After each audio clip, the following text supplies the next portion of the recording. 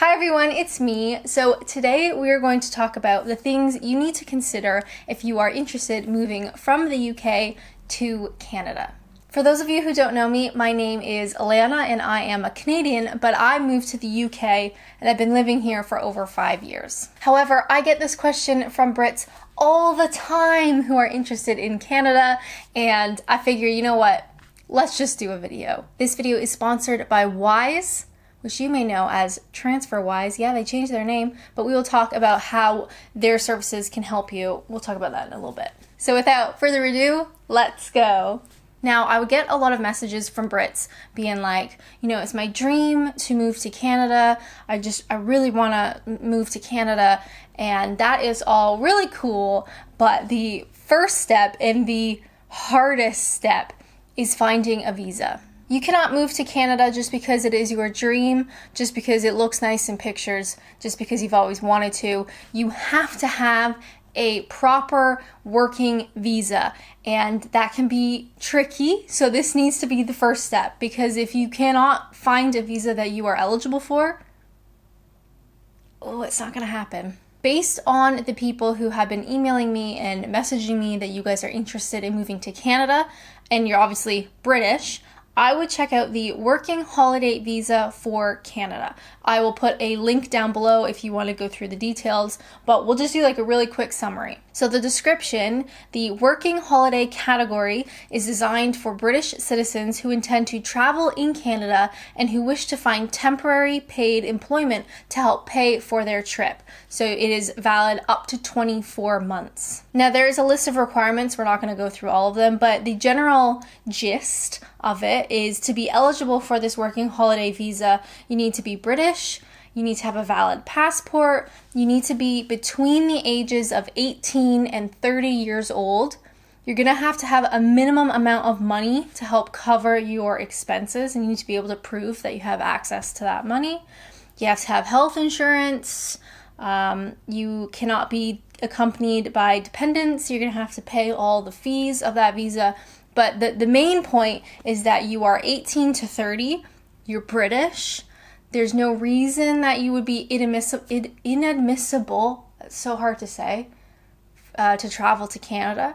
So it's kind of like when I came to the UK, my first visa was a Tier 5 Youth Mobility Scheme visa. It is a mouthful, but it's basically the British equivalent. So you have to be between a certain age, you have to be from a certain country, you have to have a certain amount of savings, that kind of stuff. But compared to other visas, this type of Working Holiday Visa has way less requirements than, say, a spouse visa, an ancestry visa, a work sponsorship visa, that kind of thing. So if you are interested in moving to Canada, you need to find a visa. I'm so sorry, it sucks, I know. But if you are under the age of 30 and British, I would definitely check out this Working Holiday Visa, and I'll put a link down below.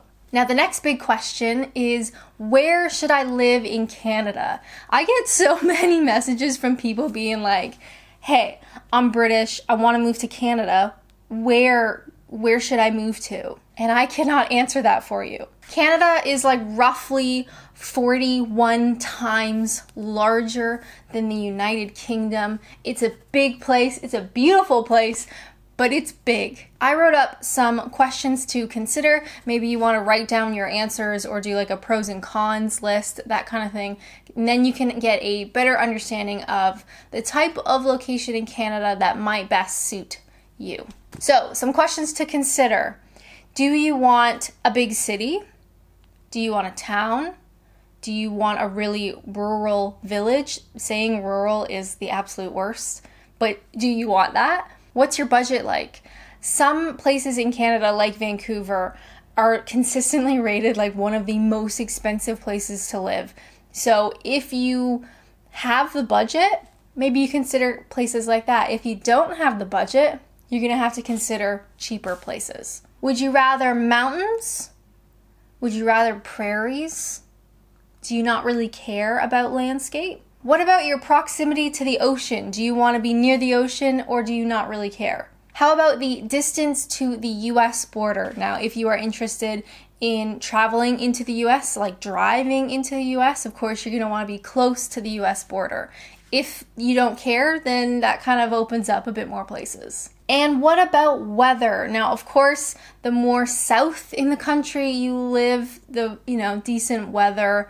If you're looking for weather that's very similar to the UK, British Columbia has quite a mild, rainy temperature compared to other places.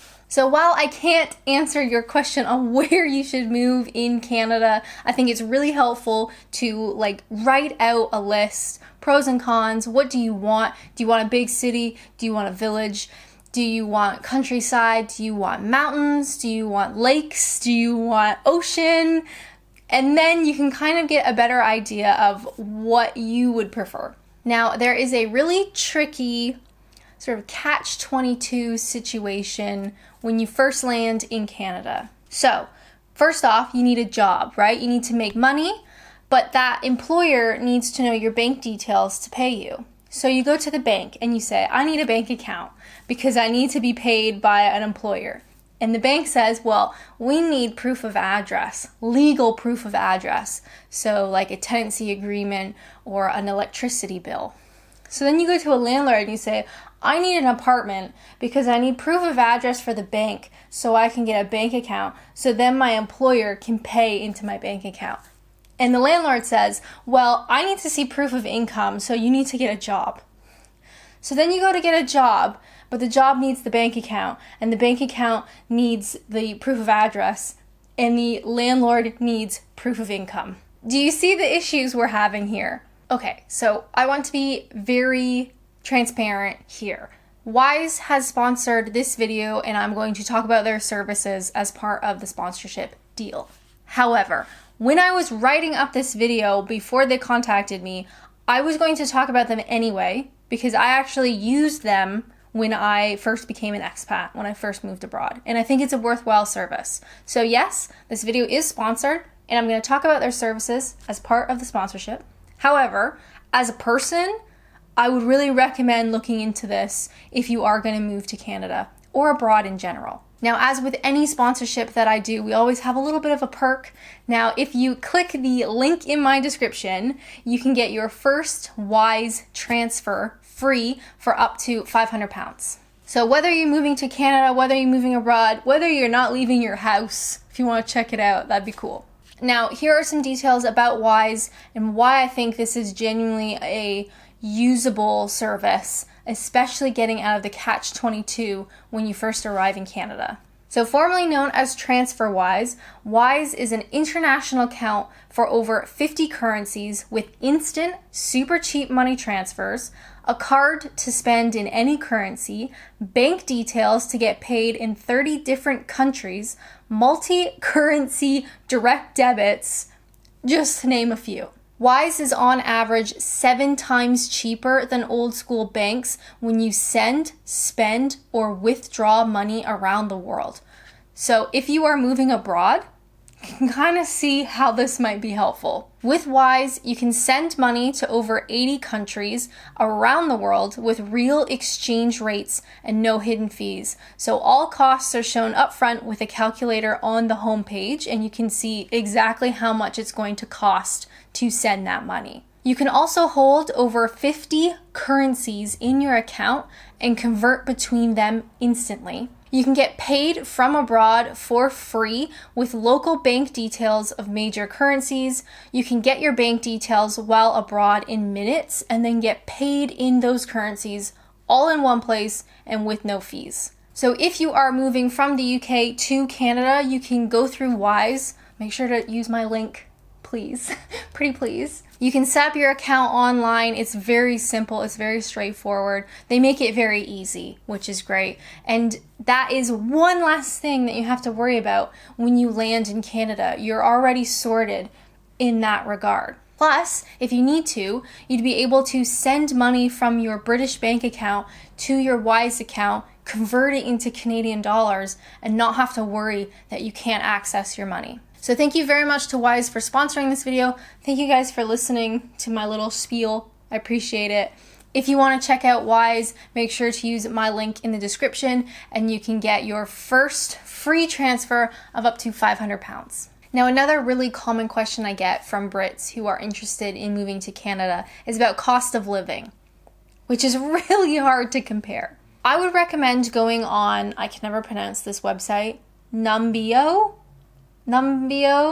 Oh, sorry, that's embarrassing. Basically, you can go on the website and you compare different countries, like on average, on cost of living, but more specifically, and what I would recommend doing is plug in your city in the UK, if it's there or nearby one, and then compare it to cities or towns that you are interested in moving to in Canada. So that will give you a far more specific comparison between what you have now in the UK, what you're used to, and what potentially it could be in Canada. Of course, the numbers are not perfect, but it does give you an idea, and you will see, things like, well, if I wanted to move to Vancouver, it's incredibly expensive to live in Vancouver, or Toronto, it's very expensive compared to smaller cities or towns. But at least you'll have a better idea of what the average cost of living is in that particular Canadian place compared to what you know in the UK. Another thing that Brits may not consider when you're interested in moving to Canada is about driving. Now, I know lots of British people who do not have their driver's license, and it's not that big of a deal. The public transportation in the UK is, on the most part, really good. There's not a lot of land to cover, so things are far more connected with buses, with trains. If you're in a big city that, like the London Underground, things are way more accessible using public transportation. So I do know a lot of British people that don't have their driver's license, and it really doesn't matter. Now, in Canada, it's a little bit trickier. As you can imagine, because Canada is so huge and things are so spread out and far apart, that public transportation can be a little bit tricky. If you plan on moving to a big city like Toronto, you probably, most likely, don't need to worry about driving. There is good enough public transportation that things are connected enough that you can probably get away with not having a car or a driver's license. But if you are interested in moving to maybe more of a town or something more rural, then you might struggle with public transport. So it is something to consider when you are thinking about where in Canada you'd like to live. If you're going to live someplace rural and you need to get around, you might have to drive. So that's going to add a lot of extra costs associated, obviously. If you buy a car, car insurance for foreigners, oh my God, it's expensive. Then, of course, fuel, maintenance, repairs, all that fun stuff associated with owning a car. But if you are looking to move to the larger towns or cities, you should be able to get away without having a car, but it is something that you need to consider if you are looking at other locations.